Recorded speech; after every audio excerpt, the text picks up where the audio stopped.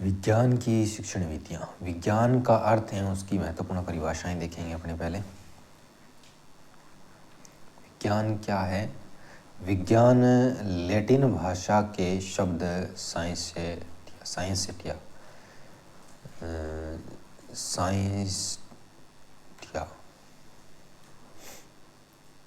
से बना है, जिसका अर्थ क्या है? टू नाउ, जानना, संपूर्ण ज्ञान होना, क्रमबद्ध ज्ञान होना, यही साइंस है। साइंस को कोई लोग प्राचीन काल से वर्तमान तक के शोधों का परिणाम मानते हैं, कुछ जीवन का गतिशील एवं व्यवहारिक पक्ष मानते हैं, कुछ लोग प्रकृति के रहस्यों को जानने की प्रक्रिया कहते हैं, और कुछ लोग जादू, टोना, चमत्कार ये सब कहते हैं। अन्वेषण, खोज के पश्चात तथ्यों का सुव्यवस्थित एवं क्रमबद्ध ज्ञान का जो निर्माण होता है उसको साइंस कहते हैं। एनसाइक्लोपीडिया ऑफ ब्रिटानिका या एनसाइक्लोपीडिया के अनुसार प्रेक्षण पर आधारित सुव्यवस्थित ज्ञान साइंस है। यह एनसाइक्लोपीडिया ने कहा है। विज्ञान प्रक्रिया भी है और विज्ञान उत्पाद भी है। कैसे? विज्ञान एक प्रोसेस है और उत्पाद यानी कि प्रोडक्ट है। प्रोडक्ट के रूप में वो नियम सिद्धांत आपको प्रदान करेगा कुछ ना कुछ। और प्रक्रिया है वो निरीक्षण पर आधारित होती है। कोई आपके पास अवधारणा है तो उसका निरीक्षण करेंगे पहले, फिर उसका परीक्षण करके निष्कर्ष या उत्पाद के रूप में आप नियम प्रदान करेंगे। तो निरीक्षण और परीक्षण दोनों हैं।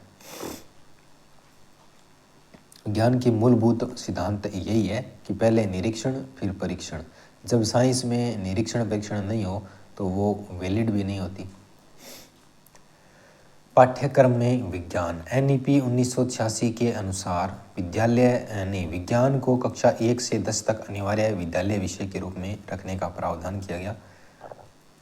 कक्षा 1 से 10 तक किस तरीके से रखा है? 1 से 5 तक तो साइंस नाम से कोई सब्जेक्ट नहीं होता। तीसरी, चौथी और पांचवी में EVS पर्यावरण है, एनवायरनमेंट है, उसके नाम से साइंस की पुस्तक चलती है। और 6 से 10 यानी कि कक्षा 6 में विषय विशिष्टीकरण हो जाता है और आपके विज्ञान की अलग से पुस्तक शुरू हो जाती है।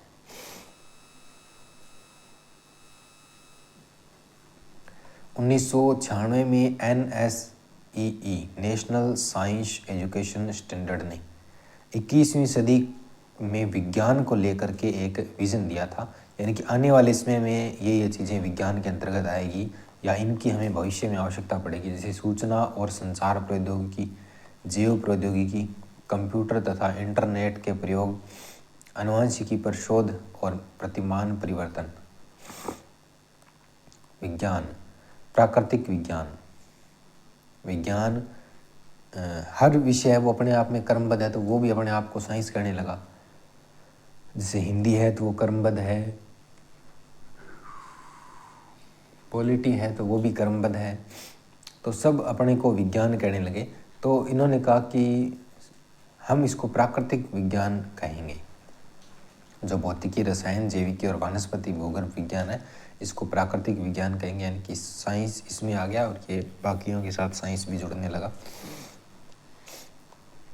महत्वपूर्ण परिभाषाएं। एनसाइक्लोपीडिया ऑफ ब्रिटानिका के अनुसार नैसर्गिक घटना एनसाइक्लोपीडिया में नैसर्गिक घटनाओं और उनके बीच संबंधों को सुव्यवस्थित ज्ञान है, वही आपका साइंस है। तो प्राकृतिक घटना की बात एनसाइक्लोपीडिया ने की थी। आइंस्टाइन के अनुसार अस्त व्यस्त अनुभूतियाँ। आइंस्टाइन ने कहा है हमारा ज्ञान अनुभूतियों की अस्त व्यस्त विभिन्नता को एक ही तर्कपूर्ण विचार प्रणाली में निर्मित करने का प्रयास विज्ञान है। कोनांट अनुसंधान निरीक्षण। कोनांट विज्ञान सामान्य विचारों का अंतः संबंधित क्रम और भावनाओं संबंधित रूपरेखा है जो अनुसंधान और निरीक्षण के परिणाम स्वरूप विकसित होती है।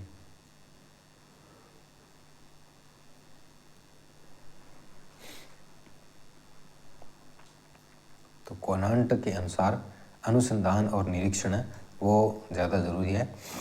वुडबर्न या ओबर्न के अनुसार विज्ञान वह मानवीय व्यवहार है जो हमारे प्राकृतिक वातावरण में स्थित परिस्थितियों या घटित घटनाओं को अधिकतम शुद्धता से व्याख्या करने का प्रयास करता है।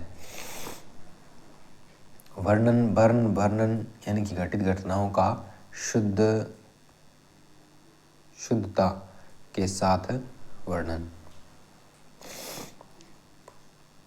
ग्रीग्स के अनुसार शाब्दिक अर्थों में विज्ञान का अर्थ ज्ञान प्राप्त करना है, परंतु विस्तृत रूप में इसका अर्थ प्रकृति से संबंधित महत्वपूर्ण संपूर्ण ज्ञान प्राप्त करना होता है। तो प्रकृति से संबंधित महत्वपूर्ण ज्ञान प्राप्त करना ग्रीग्स के अनुसार। W.C. डैम्पियर के अनुसार प्राकृतिक प्रक्रिया का व्यवस्थित ज्ञान और जिन संपत्तियों में इन क्रियाओं को व्यक्त किया गया होता है उनमें संबंधों का विचार युक्त एवं तर्क युक्त अध्ययन विज्ञान है। विचार युक्त तर्क युक्त ये डैम्पियर बोलता है। और कार्ल प्रॉपर के अनुसार, कार्ल प्रॉपर क्रांतिकारी प्रॉपर यानी कि प्रॉपर सिद्ध प्रमाण। विज्ञान एक निरंतर क्रांतिकारी परिवर्तन है और वैज्ञानिक सिद्धांत तब तक वैज्ञानिक नहीं होते जब तक कि उन्हें आगामी प्रयोग सिद्ध प्रमाण द्वारा परिवर्तित न कर दिया जाए।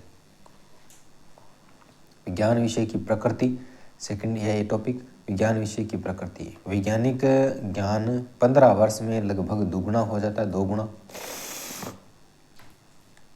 ये विज्ञान विषय की प्रकृति है। विज्ञान विषय नवीन तथ्यों, शोधों, खोज, आविष्कारों से अपडेटेड रहना आवश्यक है। विज्ञान के नवीन तथ्यों से अपडेटेड रहना आवश्यक है, वरना आप कम्युनिकेशन नहीं कर पाएंगे। प्रत्येक विषय की अपनी एक विशिष्ट प्रकृति होती है जिसका संबंध उस विषय की संरचना से होता है तथा यही प्रकृति उसे अन्य विषयों से अलग करती है। विज्ञान विषय की प्रकृति को निम्न बिंदुओं द्वारा समझ सकते हैं।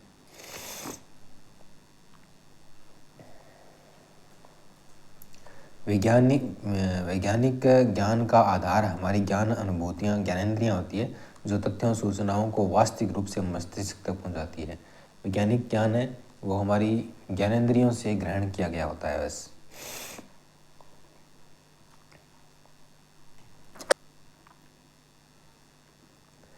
विज्ञान सदैव निरीक्षण परीक्षण के सिद्धांत पर काम करता है। पहले निरीक्षण करेगा, फिर उसका परीक्षण करेगा, फिर वो नियम बनेगा। अर्थात पहले निरीक्षण द्वारा तथ्य सूचनाएं एकत्रित की जाती है, तत्पश्चात परीक्षण कर उसका सत्यापन भी किया जाता है।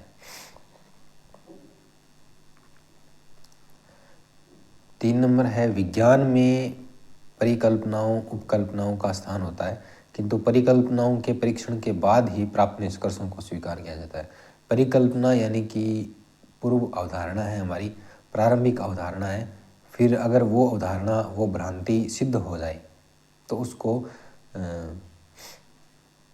परीक्षण कर लिया जाता है और उससे निष्कर्ष के रूप में नियम निर्माण कर लिया जाता है। विज्ञान एक प्रक्रिया भी है और उत्पाद भी है। प्रक्रिया निरीक्षण करना और उत्पाद उसका परीक्षण करना, सिद्धांत वगैरह मिल जाते हैं उत्पाद में। विज्ञान प्राकृतिक घटनाओं, वस्तुओं का पारस्परिक तथा तुलनात्मक अध्ययन है। विज्ञान है वो प्राकृतिक घटनाओं, वस्तुओं का पारस्परिक तथा तुलनात्मक अध्ययन है। विज्ञान की प्रकृति गत्यात्मक होती है। कौन सी होती है? गत्यात्मक। अर्थात विज्ञान के निष्कर्ष, सिद्धांत, शोध नई खोज लिए जाते, जब नए खोज लिए जाते हैं तो प्रत्येक नया शोध पुराने शोध को प्रतिस्थापित कर देता है। बस गत्यात्मक है, चेंजेस होता रहता है। पुराने वाले की वैल्यू 0 हो जाती है, नए की वैल्यू बढ़ जाती है। विज्ञान में प्रतिबद्धताओं, मान्यताओं, श्रुतियों, परंपराओं, जो रूढ़िवादी सिस्टम होता है उसका कोई स्थान नहीं होता। विज्ञान में केवल सत्यापन पुष्टि होने के बाद ही नियमों और निष्कर्षों को स्वीकार किया जाता है। विज्ञान तथ्यों का सुव्यवस्थित, क्रमबद्ध एवं तार्किक अध्ययन है। विज्ञान के निष्कर्षों में वस्तुनिष्ठता होती है और विज्ञान का अध्ययन बालकों के मस्तिष्क में उद्वेलन यानी कि सोचने पर मजबूर करता है, उनमें खोज प्रवृत्ति विकसित करता है, जिज्ञासाओं को जगाता है, आलोचनात्मकता की क्षमता का विकास करते हैं। विज्ञान के अध्ययन के द्वारा बालकों की विश्लेषणात्मक, संश्लेषणात्मक, सामान्यीकरण, अमूर्त चिंतन की क्षमता का विकास होता है। विज्ञान का अध्ययन बालकों में वैज्ञानिक दृष्टिकोण उत्पन्न करता है जिससे वे प्राकृतिक घटनाओं के वैज्ञानिक कारणों के बारे में विचार कर पाते हैं। विज्ञान सूक्ष्म प्रत्ययों की व्याख्या भी करते हैं, छोटे कॉन्सेप्ट होते हैं उनकी व्याख्या करते हैं। विज्ञान का अध्ययन व्यवहार में अनुशासनात्मक प्रकृति का विकास करता है। फिर आता है प्रच्छा प्रतिमान उपागम आगे। Inquiry approach. प्रतिपादक रिचर्ड सचमैन यूएसए से थे और 66 सचमैन 66। इस प्रतिमान उपागम का प्रतिपादन प्रारंभ में भौतिक विज्ञान विषयों के लिए किया जाता था, लेकिन वर्तमान में सभी विषयों में इसकी उपयोगिता समान है। सचमैन का मानना है कि ज्ञान शाश्वत सदा सत्य नहीं होता, बल्कि उसमें निरंतर परिवर्तन आता रहता है। वैज्ञानिक एक सिद्धांत की खोज किसी समय करते हैं, किंतु कुछ समय बाद दूसरा सिद्धांत खोज लिया जाता है जो पहले वाले सिद्धांत का स्थान ले लेता है।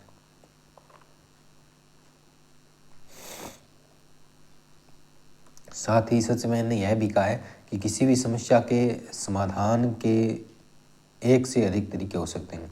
बालकों में प्रश्नों जिज्ञासाओं का निर्माण करने, समस्याओं को परिभाषित करने, प्रश्नों को पूछने तथा जिज्ञासाओं की संतुष्टि करना, यह सब प्रच्छा प्रतिमान के अंतर्गत आता है। प्रच्छा प्रतिमान मॉडल के 4 तत्व हैं। सबसे पहले उद्देश्य को डिसाइड करो, फिर उसकी संरचना देखो, फिर सामाजिक प्रणाली और फिर मूल्यांकन।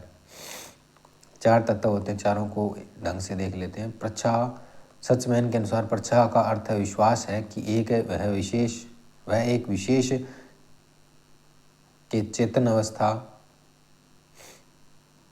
के विभिन्न पहलुओं में एवं उनके मध्य एक नई संबंधता को पाने की इच्छा से प्रेरित होती है।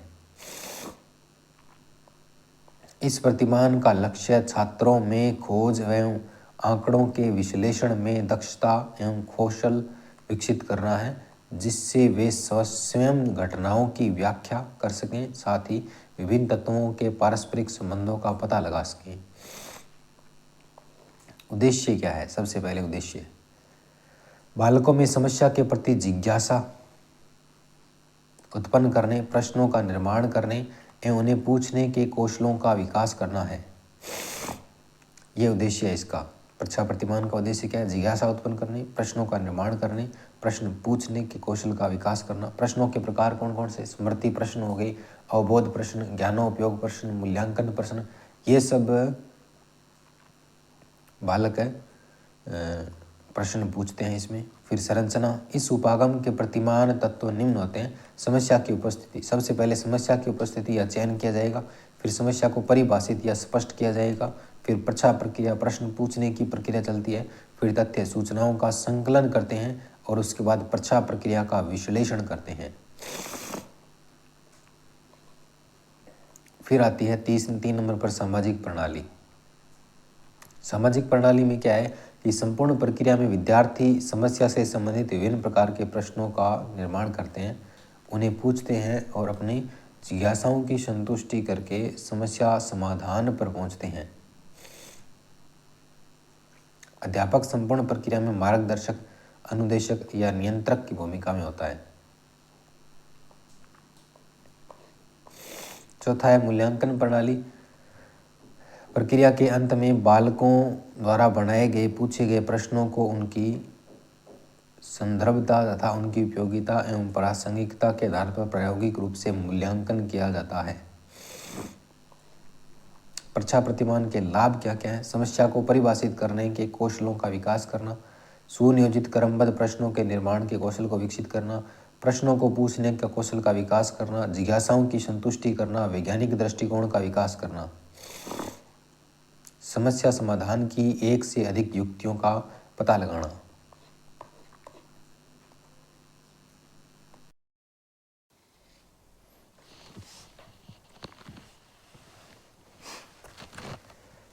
रचनात्मक उपागम या निर्मितवादी उपागम। निर्मितवादी उपागम विचारधारा मनोविज्ञान की देन है। ये जीन पियाजे और Lev Vygotsky, Jerome Bruner, Howard Gardner, John Dewey के विचारों पर भी निर्मितवाद का गहरा प्रभाव है। निर्मितवाद के प्रमुख विचार क्या क्या हैं? निर्मितवाद कहता है कि ज्ञान कोई बाहरी वस्तु नहीं है, बल्कि इसकी रचना बालक के अंदर से ही होती है, बाहर से नहीं, अंदर से ही होती है। बालक जब भी नवीन विषय वस्तु ज्ञान के संपर्क में आता है तो उसे अपने पूर्व अनुभवों से जोड़ कर देखता है। यानी कि पहले उसको जो ज्ञान प्राप्त है ना, उससे वो उसको जोड़ने की, कनेक्ट करने की कोशिश करेगा, वो संरचनात्मक उपागम बन जाएगा अपने आप। वो ज्ञान की संरचना हो जाएगी वहाँ पर, नए ज्ञान की। तो जीन पियाजे के अनुसार संज्ञानात्मक निर्मितवाद क्या है? ज्ञान की संरचना में संज्ञानात्मक शक्तियों, क्षमताओं तथा पूर्व अनुभवों की महत्वपूर्ण भूमिका होती है। जीन पियाजे के अनुसार अनुकूलन की दो प्रक्रियाएं होती है, एक तो आत्मसातकरण एसिमिलेशन और एक व्यवस्थापन या समायोजन होता है।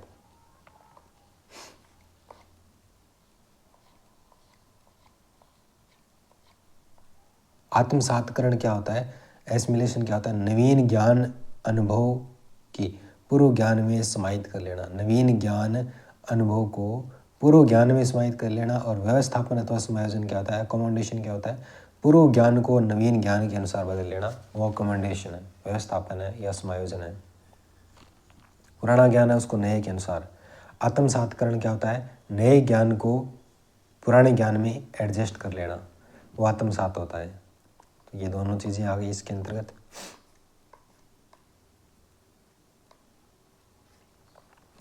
फिर एक स्कीमा करके शब्द भी दिया है जीन पियाजे ने, स्कीमा। स्कीमा क्या होता है कि सूचनाओं या ज्ञान का क्रमबद्ध रूप से व्यवस्थित संगठित करने का काम है, वो स्कीमा करती है। स्कीमा के अंतर्गत ज्ञान है वो व्यवस्थित संगठित होता है। तो इसी तरीके से विज्ञान में भी क्रमबद्ध ज्ञान होता है, तो इसका साइंस में महत्वपूर्ण रोल भी है। एक मानसिक संरचना होती है स्कीमा, इसमें संज्ञानात्मक क्षमताएं और संज्ञानात्मक प्रक्रियाएं दोनों इसके अंतर्गत आती है। फिर वाइगोत्स्की ने भी तो निर्मितवाद की अवधारणा दी है, जिसे सामाजिक निर्मितवाद कहते हैं या संरचनावाद कहते हैं। सामाजिक निर्मितवाद या सामाजिक निर्मितवाद। ज्ञान की संरचना में सामाजिक और सांस्कृतिक कारकों का महत्वपूर्ण योगदान होता है। भाषा को एक औजार की तरह प्रयोग करते हैं। ZPD, zone of proximal development, निकट समीपस्थ विकास का क्षेत्र।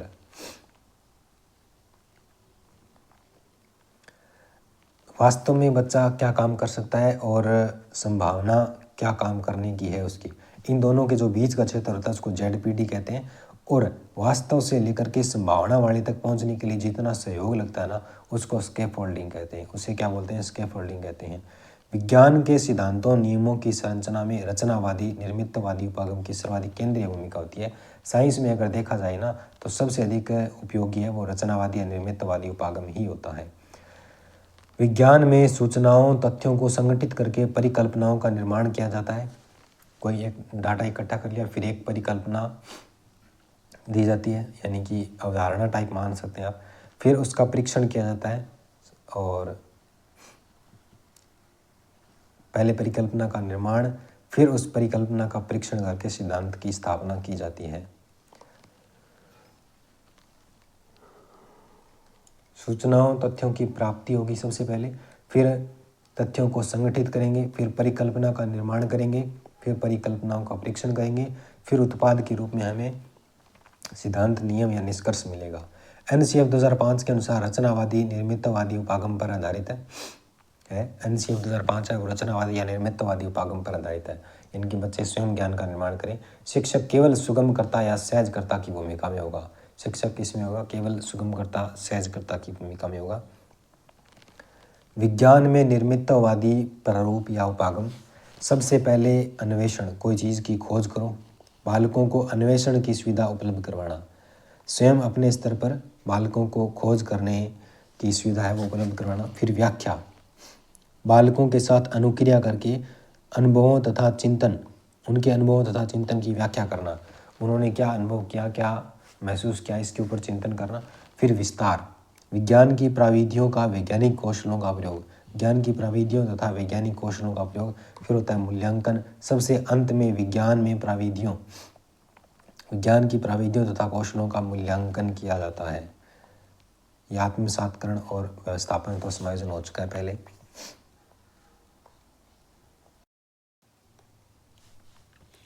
दल शिक्षण उपागम। दल शिक्षण या समूह में पढ़ाना या टोली के रूप में पढ़ाना या टीम टीचिंग करवाना, ये सब दल शिक्षण के उपागम के अंतर्गत आते हैं। 1955 में एक दल आया है से हार्वर्ड विश्वविद्यालय, दल से दल शिक्षण हो जाएगा। दल शिक्षण प्रणाली विज्ञान की किसी अवधारणा के विषय वस्तु के विभिन्न पक्षों से जुड़े दो या दो से अधिक विशेषज्ञ मिलकर के शिक्षण करवाते हैं। विज्ञान के अगर कोई कॉन्सेप्ट है, कोई विषय वस्तु है, उसका कोई पक्ष समझ नहीं आ रहा है, तो उस पक्ष को समझाने के लिए दो या दो से अधिक टीचर मिलकर के आपको पढ़ाएंगे, वो दल शिक्षण कहलाता है। ये सभी विषय विशेषज्ञ विषय वस्तु के विभिन्न पक्षों पर विशिष्ट दक्षता रखने वाले अलग अलग व्यक्ति होते हैं। ये क्या होते हैं? अलग अलग कैपेसिटी होती है इनकी, अलग अलग इनको समझ होती है, और ये कार्य की दृष्टि से एक समूह के सभी सदस्य एक दूसरे के पूरक होते हैं, ना कि कोई अलग होता है, बल्कि ये एक दूसरे के पूरक होते हैं। विज्ञान विषय के पक्ष क्या क्या हो सकते हैं? किस विषय पर कौन पढ़ाएगा या कौन व्यक्ति संबंधित हो सकता है? तो सैद्धांतिक पक्ष, विज्ञान का शिक्षक करवाएगा सैद्धांतिक पक्षों को। फिर प्रायोगिक पक्ष है, प्रयोगशाला सहायक वाला है, वो इसमें हेल्प करेगा। चित्र चार्ट मॉडल निर्माण पक्ष है, वो अन्य शिक्षक विशेषज्ञ होते हैं वो कर देंगे। संदर्भ सामग्री का जो पक्ष है वो लाइब्रेरियन कर देगा, और अभिलेख संधारण का काम है वो लिपिक कर देगा। इस तरह से विज्ञान विषय के विभिन्न पक्ष होते हैं। ये सभी विषय विशेषज्ञ मिलकर के विज्ञान या पर्यावरण की किसी विषय वस्तु का सुनियोजित, सुव्यवस्थित और संगठित शिक्षण करवाते हैं। मिलकर के ये विज्ञान या पर्यावरण की किसी भी विषय वस्तु का सुनियोजित, सुव्यवस्थित और संगठित शिक्षण कराते हैं। लाफांसी और रिचर के अनुसार समूह शिक्षण की ऐसी संगठनात्मक युक्ति है, समूह शिक्षण ऐसी संगठनात्मक युक्ति है जिसके द्वारा कई शिक्षक मिलकर के संबंधित अनुदेशनात्मक क्रियाओं के समान शैक्षिक उद्देश्यों की प्राप्ति के लिए एकजुट होकर के प्रयास करते हैं, मिलकर के काम करते हैं। इस संप्रत्यय में यह विश्वास निहित है कि उद्देश्यों की सर्वोत्तम प्राप्ति असंबद्ध व्यक्ति प्रयासों की तुलना से सुसंबद्ध सम्मिलित प्रयासों द्वारा की जा सकती है। दल शिक्षण प्रक्रिया के 4 चरण होते हैं। कौन कौन से 4 चरण? पहला चरण, शिक्षण समूह का प्रमुख संपूर्ण कक्षा के सम्मुख विषय वस्तु का परिचय देता है। शिक्षण समूह का जो प्रमुख है, जो मेन होता है उस समूह का, वो संपूर्ण कक्षा के सम्मुख विषय वस्तु का परिचय करता है और उसके महत्व पर प्रकाश डालता है, उसका क्या उपयोगिता है हमारे जीवन में उस पर प्रकाश डालता है, तथा कक्षा के समूह के बालकों को सीखने के लिए प्रेरित करता है। इस चरण को उत्प्रेरणात्मक उपक्रम कहते हैं। उत्प्रेरणात्मक उपक्रम। द्वितीय चरण, इस चरण में शिक्षण समूह के सभी विशेषज्ञ अपने अपने दक्षता वाले क्षेत्रों का परिचय देते हैं। वो किस किस चीज़ में पारंगत है उसका परिचय देंगे तथा बालकों को उन क्षेत्रों में आने वाली कठिनाइयों और समस्याओं से अवगत करवाएंगे।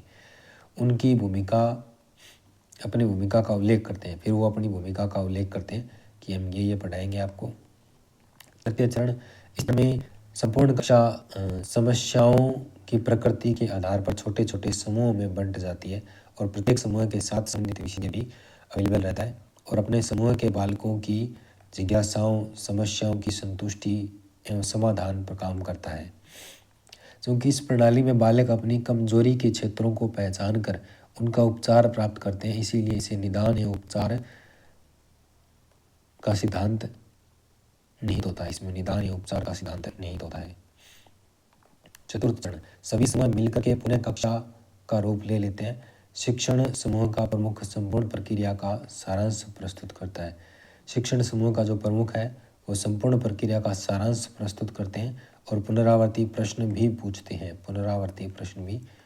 हैं। चतुर्थ चरण। फिर दल शिक्षण उपागम की विशेषताएं या लाभ क्या है? ये संपूर्ण प्रक्रिया क्या होती है? लचीली होती है, फ्लेक्सिबल होती है, जिसमें आवश्यकता पड़ने पर आप संशोधन कर सकते हैं।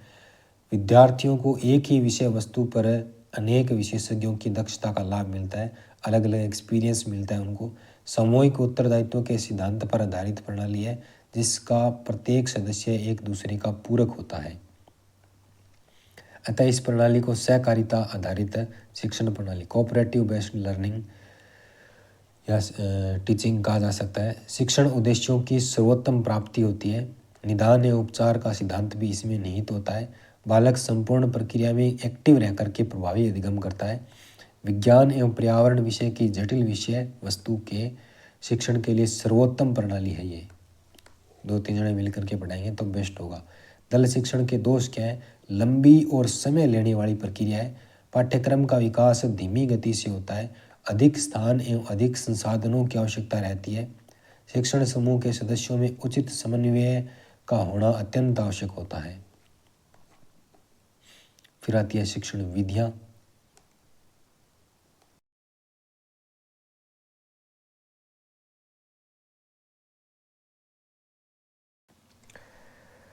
शिक्षण विधियां जिन्हें मेथड कहते हैं, शिक्षण की ऐसी युक्तियां, तरीके जो विषय वस्तु को एक निश्चित प्रकार से प्रेषित करती हैं तथा शिक्षण के उद्देश्यों को प्राप्त करती हैं। जो कंटेंट है उसको एक फिक्स पैटर्न से बच्चों तक पहुंचाती है और जो उसका मोटिव होता है, जो उसका उद्देश्य होता है, उसको वो प्राप्त करती है। पूर्व नियोजित तथा पूर्व निर्धारित प्रक्रिया है। शिक्षण विधियां क्या है? एक तो पूर्व नियोजित और एक पूर्व निर्धारित प्रक्रिया है। निश्चित सोपान होते हैं, इसके निश्चित चरण होते हैं। स्वयं में स्वतंत्र होती है शिक्षण विधियां। किसी विषय वस्तु की प्रकृति के अनुरूप होती है शिक्षण विधियां।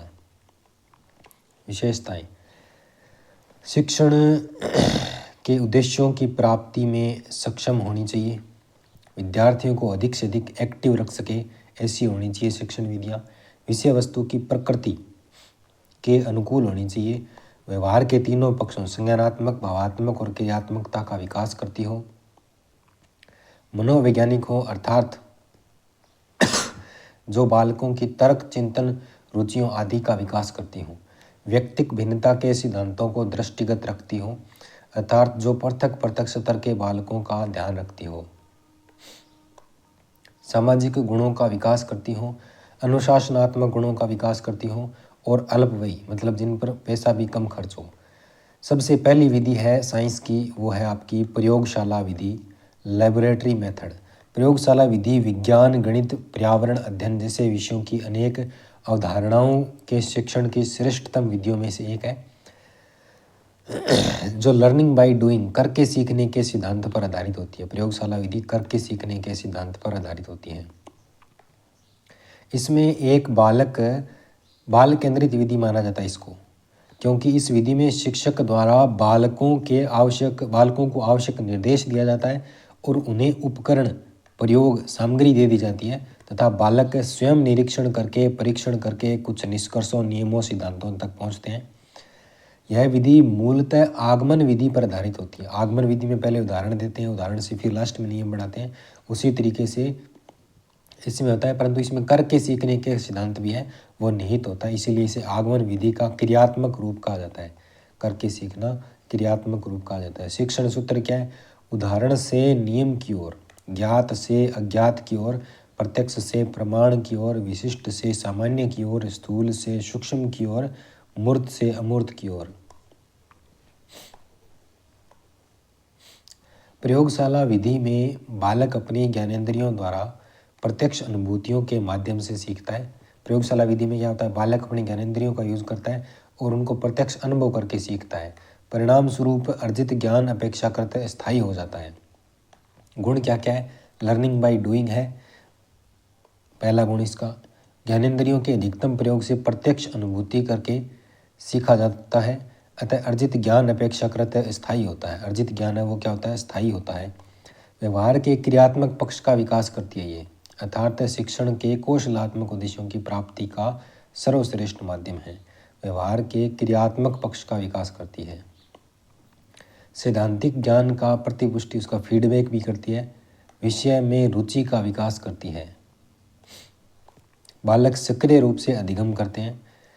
एक्टिव रह करके अधिगम करते हैं। बालकों की निरीक्षण शक्ति का विकास करती है। बालकों की निरीक्षण शक्ति उपकरणों के संयोजन, रख रखाव आदि के प्रति चेतना का विकास करती है। बालकों में आत्मविश्वास, आत्मनिर्भरता, समस्या समाधान के कौशलों का विकास करती है। अनुसंधानात्मक दृष्टिकोण का विकास करती है। खोज प्रवृत्ति को बढ़ावा मिलता है मतलब। और वैज्ञानिक दृष्टिकोण, उनमें वैज्ञानिक दृष्टिकोण का विकास करती है। दोष क्या है? खर्चीली विधि है क्योंकि प्रायोगिक कार्यों हेतु आवश्यक सामग्री पर अतिरिक्त एक्स्ट्रा खर्चा भी होता है। लंबी और समय लेने वाली विधि है, अतः पाठ्यक्रम का विकास है वो धीमी गति से होता है। प्रत्येक अवधारणा को इस विधि से नहीं पढ़ाया जा सकता, हर कॉन्सेप्ट इससे नहीं पढ़ा सकते। छोटी कक्षाओं में शिक्षण के लिए उपयुक्त नहीं है ये। प्रायोगिक कार्यों के दौरान अतिरिक्त सावधानी की भी आवश्यकता रहती है, कहीं पे कुछ गड़बड़ घोटाला न हो जाए। दूसरी विधि है वो है प्रदर्शन विधि या व्याख्यान विधि या सह प्रदर्शन विधि, लेक्चर कम डेमोन्स्ट्रेशन अप्रोच। शिक्षण की सर्वश्रेष्ठ विधि मानी जाती है जो अवलोकन द्वारा सीखने, लर्निंग बाय ऑब्जर्वेशन के सिद्धांत पर आधारित होती है। इस विधि में शिक्षक द्वारा अवधारणाओं की सैद्धांतिक प्रस्तुति के बाद आधारित प्रयोग प्रदर्शन करके दिखाया जाता है। अवधारणाओं की सैद्धांतिक प्रस्तुति कर दी, उसके बाद प्रयोग करके दिखाया जाता है या उसको प्रदर्शित किया जाता है। यह लर्निंग बाय ऑब्जर्वेशन के सिद्धांत पर आधारित होती है। बालक मूर्त अनुभवों तथा अमूर्त अवधारणाओं को स्पष्ट एवं सरल तरीके से समझ पाते हैं। इसमें प्रदर्शन विधि में सैद्धांतिक ज्ञान का तत्काल पुनर्बलन होता है। प्रदर्शन विधि में दो प्रमुख ज्ञानेंद्रियां, दृश्येंद्रियां और श्रवणेंद्रियां सक्रिय रहती है, अर्थात बालक देखकर सुनकर अवधारणाओं को समझते हैं। इसीलिए इस विधि को देखो, सुनो और समझो के सिद्धांत पर आधारित माना जाता है। इस विधि को शिक्षक की प्राकृतिक विधि भी कहा जाता है। इस विधि को शिक्षक की प्राकृतिक विधि भी कहा जाता है क्योंकि इस विधि में शिक्षक द्वारा विद्यार्थियों को सैद्धांतिक रूप से समझाने के बाद उदाहरणों को प्रदर्शन द्वारा प्रस्तुत किया जाता है, अर्थात अवधारणाओं की संरचना, कार्यप्रणाली और श्रव्य दृश्य माध्यम से समझाया जाता है। प्रदर्शन विधि एवं प्रयोगशाला विधि में प्रमुख अंतर यह है कि प्रयोगशाला विधि में करके सीखना भी निहित होता है, अतः प्रयोगशाला विधि बाल केंद्रित होती है। प्रदर्शन विधि के सोपान: प्रदर्शन पूर्व योजना एवं तैयारी, प्रदर्शन से पहले योजना एवं तैयारी, विषय वस्तु का सैद्धांतिक प्रस्तुतिकरण करना, फिर प्रयोग प्रदर्शन वाला काम करना, फिर शामपट कार्य और फिर प्रतिलेखन एवं निरीक्षण करना।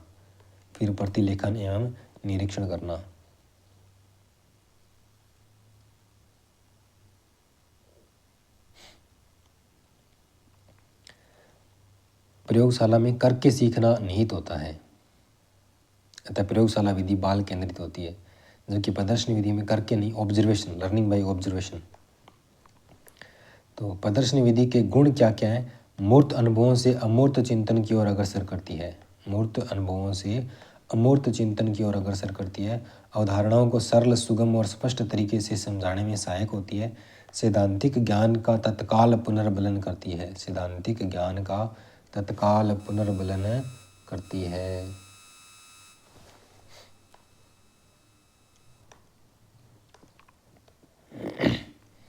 बालकों की सूक्ष्म निरीक्षण क्षमता, माइक्रो ऑब्जर्वेशन कैपेसिटी का विकास करती है। बालकों के तर्क एवं चिंतन का विकास करती है। विषय वस्तु का शिक्षण है वो रोचक बनाती है।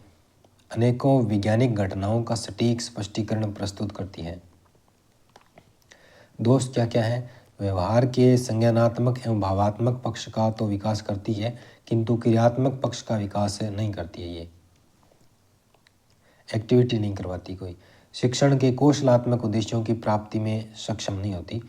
और द्विपक्षीय प्रक्रिया होने के बावजूद भी यह शिक्षक केंद्रित विधि है क्योंकि संपूर्ण प्रक्रिया का संचालन और नियंत्रण केवल शिक्षक करता है। इसमें यदि उपकरणों का संयोजन उचित न हो एवं प्रयोग प्रदर्शन ठीक से न किया जाए तो अवधारणाएं स्पष्ट रूप से नहीं समझी जा सकती। बड़े समूह में प्रदर्शन के दौरान सभी विद्यार्थी समान रूप से एक्टिव नहीं रह पाते और ना ही सीख पाते हैं। उसके बाद है ह्यूरिस्टिक विधि, जिसके प्रतिपादक है हेनरी आर्मस्ट्रॉन्ग। अन्य नाम अनुसंधान विधि, अन्वेषण विधि, खोज विधि। ह्यूरिस्टिक शब्द की उत्पत्ति ग्रीक भाषा के ह्यूरिस्को से हुई है, जिसका अर्थ है मैं खोजता हूँ, आई डिस्कवर। विज्ञान विषय की प्रकृति के विषयों में विज्ञान प्रकृति के विषयों के शिक्षण की श्रेष्ठ विधि मानी जाती है। इस विधि का आधार भी आगमन विधि होता है, अर्थात ह्यूरिस्टिक विधि में भी ज्ञात से अज्ञात, मूर्त से अमूर्त, प्रत्यक्ष से प्रमाण, इन सिद्धांतों का पालन होता है। इस विधि में विद्यार्थियों के सम्मुख एक समस्या उपस्थित की जाती है। विद्यार्थी समस्या के हल की दिशा में स्वयं के प्रयासों एवं स्वयं की गति से तथ्यों का संग्रहण करता है, उनका अवलोकन एवं अध्ययन करता है तथा स्वयं ही निष्कर्षों की खोज करता है। अध्यापक केवल परामर्शदाता, फैसिलिटेटर की भूमिका में होता है। इस विधि में बालकों के अंदर एक अनुसंधानकर्ता को विकसित करने की कोशिश की जाती है या अनुसंधानकर्ता के रूप में विकसित करने की शक्ति निहित होती है। ह्यूरिस्टिक विधि को असाधारण प्रतिभाशाली विद्यार्थियों के शिक्षण की श्रेष्ठतम विधि माना जाता है। हर्बर्ट स्पेंसर ने कहा है, बालकों को कम से कम बताया जाए और उन्हें अधिक से अधिक खोजने के लिए प्रेरित किया जाए, अधिक से अधिक सस्पेंस रखा जाए। ये स्पेंसर ने कहा था, हर्बर्ट स्पेंसर। आर्मस्ट्रॉन्ग, ह्यूरिस्टिक विधि अन्वेषण की एक ऐसी विधि है जिसमें बालकों को अच्छे अनुसंधानकर्ता के रूप में देखा जा सकता है। ह्यूरिस्टिक विधि के सोपान: समस्या की उपस्थिति सबसे पहले, फिर तथ्यों का संग्रहण करेगा, परिकल्पनाओं का निर्माण करेगा, फिर परिकल्पनाओं का परीक्षण और फिर निष्कर्ष या खोज करेगा। गुण क्या है इसके? मनोवैज्ञानिक विधि है जो बालकों में तर्क, चिंतन, कल्पना जैसी मानसिक शक्तियों का विकास करती है। ह्यूरिस्टिक विधि बालकों की स्वयं की गति एवं स्वयं के प्रयासों से निष्कर्षों की खोज हेतु अग्रसर करती है। श्रेष्ठ बाल केंद्रित विधि है जिसमें बालक पूर्ण सक्रिय रहते हैं और अध्यापक केवल परामर्शदाता की भूमिका में रहते हैं। अनुसंधानात्मक दृष्टिकोण विकसित करने की श्रेष्ठ विधि है। आलोचनात्मक दृष्टिकोण क्रांतिक अभिवृत्ति के विकास की श्रेष्ठ विधि है। असाधारण एवं प्रतिभाशाली विद्यार्थियों के शिक्षण की श्रेष्ठ विधि है। असाधारण एवं प्रतिभाशाली बालकों के विद्यार्थियों के शिक्षण की श्रेष्ठ विधि है। विज्ञान के मूलभूत सिद्धांत निरीक्षण परीक्षण का पालन करती है। सूक्ष्म निरीक्षण क्षमता का विकास करती है। वैज्ञानिक दृष्टिकोण का विकास करती है। दोष क्या है?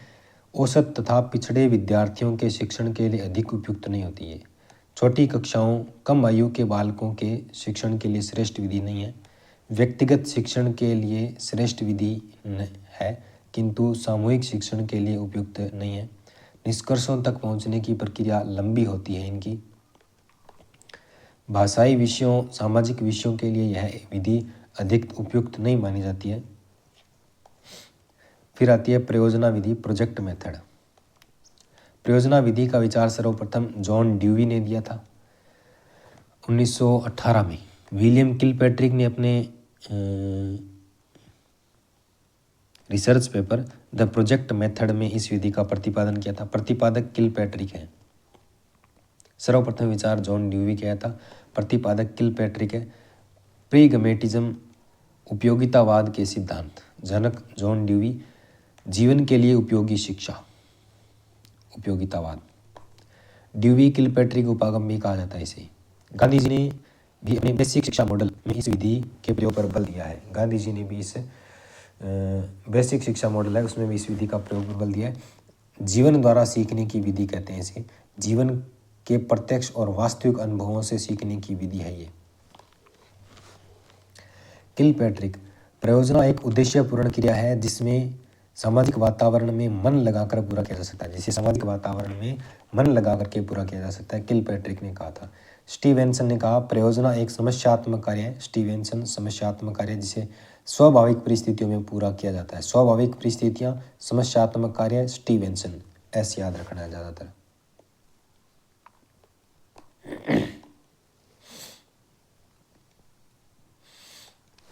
परियोजना विधि में बालकों के सम्मुख समस्या की उपस्थिति की जाती है। पहले परिस्थिति का निर्माण किया जाता है जिनमें बालक किसी एक समस्या परियोजना का चयन करता है, फिर मिलजुल कर सहयोग देते हैं और फिर काम पूरा करते हैं। तो परियोजना विधि के सोपान है वो 6 हैं। सबसे पहले परिस्थितियों का निर्माण, समस्या की उपस्थिति रबर्ट के प्रस्तावना पद के समान। फिर परियोजना का चयन करेंगे, फिर परियोजना की रूपरेखा बनाएंगे, नियोजन करेंगे या योजना निर्माण करेंगे, उत्तरदायित्वों का विभाजन होगा। फिर 4 नंबर पर परियोजना का क्रियान्वयन होगा। फिर 5 पर परियोजना का मूल्यांकन और 6 पर लेखा जोखा रखना, अभिलेख संधारण, रिकॉर्ड मेंटेन करना। परियोजना के 4 प्रकार होते हैं, एक सृजनात्मक या रचनात्मक परियोजना, एक समस्यात्मक परियोजना, एक अभ्यासात्मक परियोजना और एक आनंददायी रसास्वादन परियोजना। गुण क्या है? सहकारिता आधारित अधिगम होता है इसमें, एक तो कोऑपरेटिव बेस्ड लर्निंग होता है, एक समवाय को रिलेशन के सिद्धांत का पालन करती है, दल शिक्षण पर आधारित होती है, सामाजिक गुणों का विकास करती है, जीवन के प्रत्यक्ष एवं वास्तविक अनुभवों को सीखने का अवसर उपलब्ध कराती है, समस्या समाधान के कौशलों का विकास करती है, बालकों की निर्णय क्षमता का विकास करती है, व्यवहार के क्रियात्मक पक्ष का विकास करती है अर्थात कौशलात्मक उद्देश्यों को पूरा करती है। रटने की प्रवृत्ति का कोई स्थान नहीं होता इसमें। दोष क्या क्या है? ये एक लंबी प्रक्रिया है, समय अधिक लगता है, पाठ्यक्रम का विकास धीमे गति से होता है, परंपरागत कक्षा शिक्षण में इस विधि का प्रयोग नहीं किया जा सकता। इस विधि में जांच एवं परीक्षा के लिए कोई स्थान नहीं होता। प्रत्येक प्रकरण को परियोजना विधि के द्वारा नहीं पढ़ा सकते आप। धन एवं संसाधन और स्थान की अधिक आवश्यकता रहती है। उसके बाद है समस्या समाधान विधि, प्रॉब्लम सॉल्विंग मेथड। प्राचीन काल में संदर्भ सुकरात, सेंट थॉमस ये आएंगे।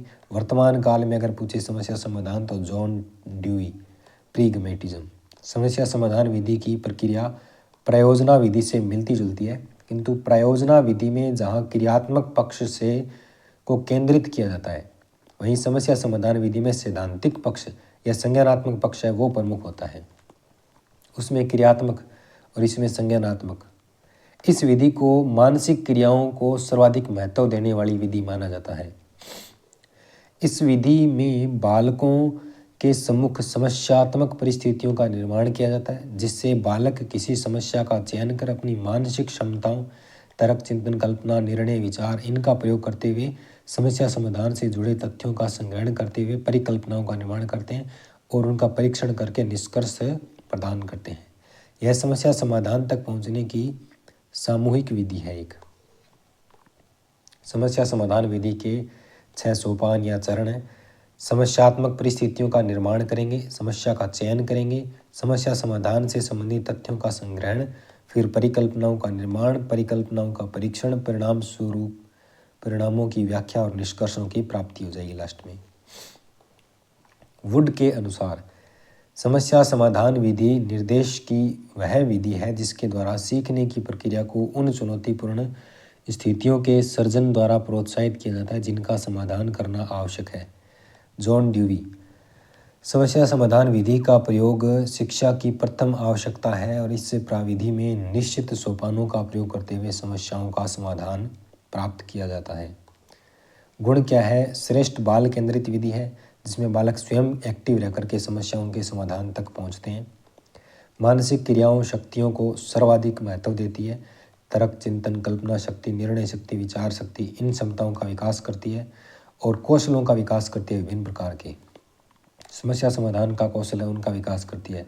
वस्तुनिष्ठ निष्कर्ष प्राप्त करने की क्षमता का विकास करती है। तथ्य संग्रहण की प्रवृत्ति का विकास करती है। सामूहिक निर्णय लेने की प्रवृत्ति का विकास करती है।